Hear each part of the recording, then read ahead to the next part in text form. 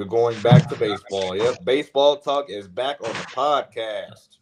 We're surprising you. What's surprising y'all the most though, so far? I mean, I kind of feel like where y'all are headed, but let's talk about I have a few.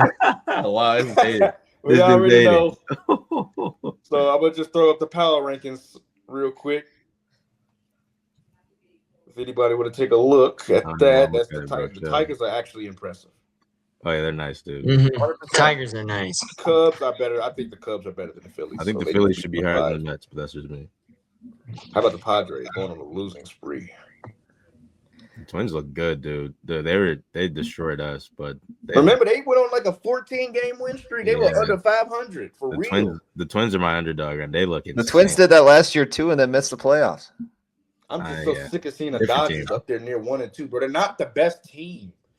They're not one of the best teams right now. They just got swept by the Angels. They're lucky they have 9 starting pitchers because always going to be 4 of them that are injured at the same time. They literally just got swept by the freaking Angels. So why are we talking about the Dodgers?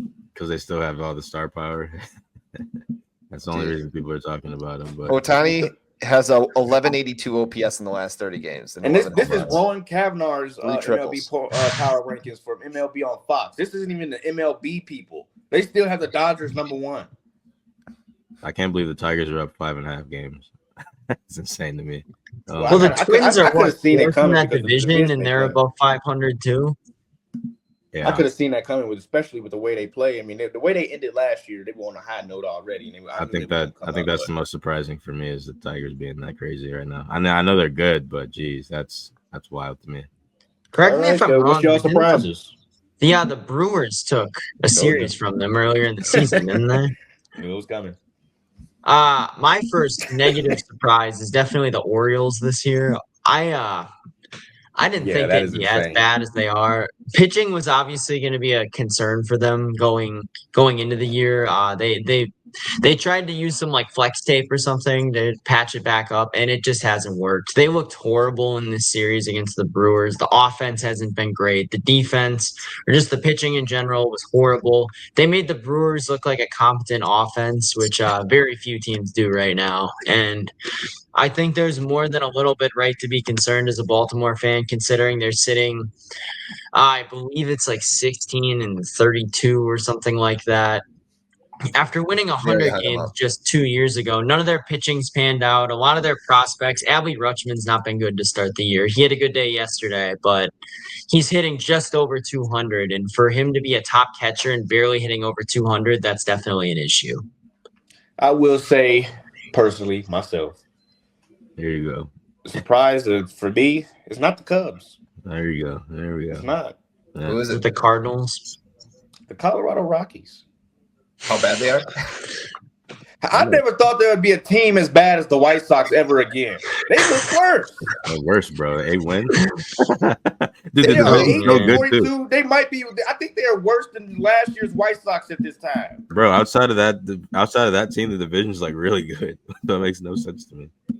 It's comical looking at their standings. Dude, all 500 teams, and then you got 8 and 41. And well, here's the thing: they're playing like half their games. They're playing half their games in the best ballpark that you can play a game in offensively, and they're batting .219, which is as of right now 28th in the MLB, and that's horrific. And pitching, I mean, they're trying, they're really trying, but they have no pitching. And Dolander's going to be okay someday, but I didn't think I could ever find another team as bad as the White Sox. Yet the Rockies said, "The following year, hold my beer." I got a question. This might be a dumb question, but can you tank in baseball? Is that a thing in baseball? You cannot. Well, as a small market, you can. Yeah, I was saying as a small market, as a big market, you can. Yeah. The Yankees and Dodgers never could, but teams like the Rockies or I don't know, the Royals did it for a while. The Orioles did it, which it's not really panning out for them. The Tigers did it, but for them it looks really good right now. But the Orioles, it should work. I'll tell you this: like big market teams like Chicago, New York, and I think LA. I think it might be one more other team in there, but those cities, those big market kind of franchises can't tank because they wouldn't be able to get the number 1 pick back to back, like a top 3 or top 4 pick in like the next year. They would have to be like number 5 or something automatically. like they have the worst record or one of the second worst records, they automatically drop to 5. They can't get the number 1 spot again in back-to-back years. So I think that's interesting for baseball. I mean, basketball needs to adopt that because what they just did to the Utah Jazz is absolutely absurd. You guys weren't gonna get it after tanking, though. I've said that all year. I just don't. I don't think that was even in question for you guys to get. Maybe a top 5 pick, I think, or top 3. That's what we got. The 5th pick. Yeah. Literally 5th pick. As we talk about teams that have been historically bad, I will say that even though the Rockies are the worst team in baseball, I think I'm more disappointed in the Pirates. Let's get Paul Skeens some help, all right? Yeah, what are they doing over there? Send Paul Skeens to a real team is what they should do at this rate. That's what people are saying. They said they were. I saw a graphic. It was like the Dodgers, the Yankees, I think the Mets, and I think the Cardinals and Cubs were all on that list. That team that should go get Paul Skeens. Send him to the Diamondbacks. I think he'd be great there. Here's the thing, though: the Pirates can't do that because if they trade Paul Skeens, they will never sell tickets again. This is the best thing that their city has had since McCutcheon. You also don't want to lose him for nothing when he walks after his rookie deal either. I think that's probably. I mean, probably the best outcome. That might be a we'll cross that bridge in 2 years type thing. Well, yeah, they got another 2 years of control. They got a solid pen when they're all healthy. He'll be there. Bubba Chandler's coming up soon. Jared Jones is good. Mitch Keller's fine. And Andrew Heaney hasn't been horrible. He's a 5. He's a valuable 5. They just have no hitters. I think the Pirates fans, I think they just want to make the playoffs, I think. And I think in 2 years that they can if they keep this core, and that's why I think they got to hold on to Paul Skeens. I mean, if you want to build around him, I think that's a great idea. But like you guys are saying, though, like this is the best thing that happened to that city.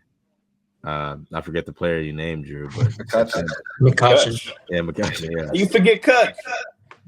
But I don't know, when you got a player like that with arguably generational talent, like it's just you can't.